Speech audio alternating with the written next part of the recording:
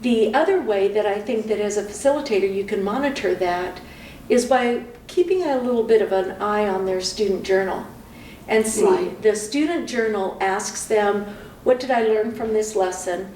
What would I like to know more about? And what would I want to continue working? If you're seeing a student that doesn't appear to be actively engaged or involved, or as you say, is somewhat reticent to participate, the facilitator might want to sit down with them, maybe privately, and do a little sidebar conversation with that journal and look at and reflect on how they can learn the most and get the most from the program. Because it's really, that is one of those learning strategies, is if their goal is to improve their social skill or their social standing in school, they're going to have to monitor and correct. Mm-hmm. And the student needs to come to that realization and develop a plan of how to do it.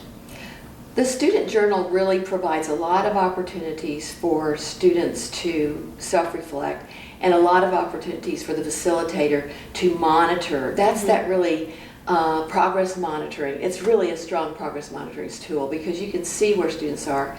And then you can pick out from your larger group that 2 or 3 students that really need you to sit down, give them some feedback, ask probing questions of them mm-hmm. individually mm-hmm. or in a very small group without the larger group. One of the things with the facilitators journal that we have been very cautious about, because one of the things that we think about as we're developing these lessons is being careful not to add the burden to the facilitator of a lot of preparation mm-hmm. and a lot of after the lesson time. So the facilitator journals typically are filled out by the facilitator when the students at the end of each lesson are filling out their student journals. So it's not a time that's in that prep period or whatever, they eat sucking up their evenings or whatever. It's part of that time that the students are working on their journal. It doesn't take additional time. We have heard feedback from many facilitators that what they love about the program is that it's very evident that it was written by teachers, for teachers. It was written and developed by folks who have been in the classroom, who know the demands and the constraints on a teacher's time and a teacher's ability to fill out journals or to do an additional prep.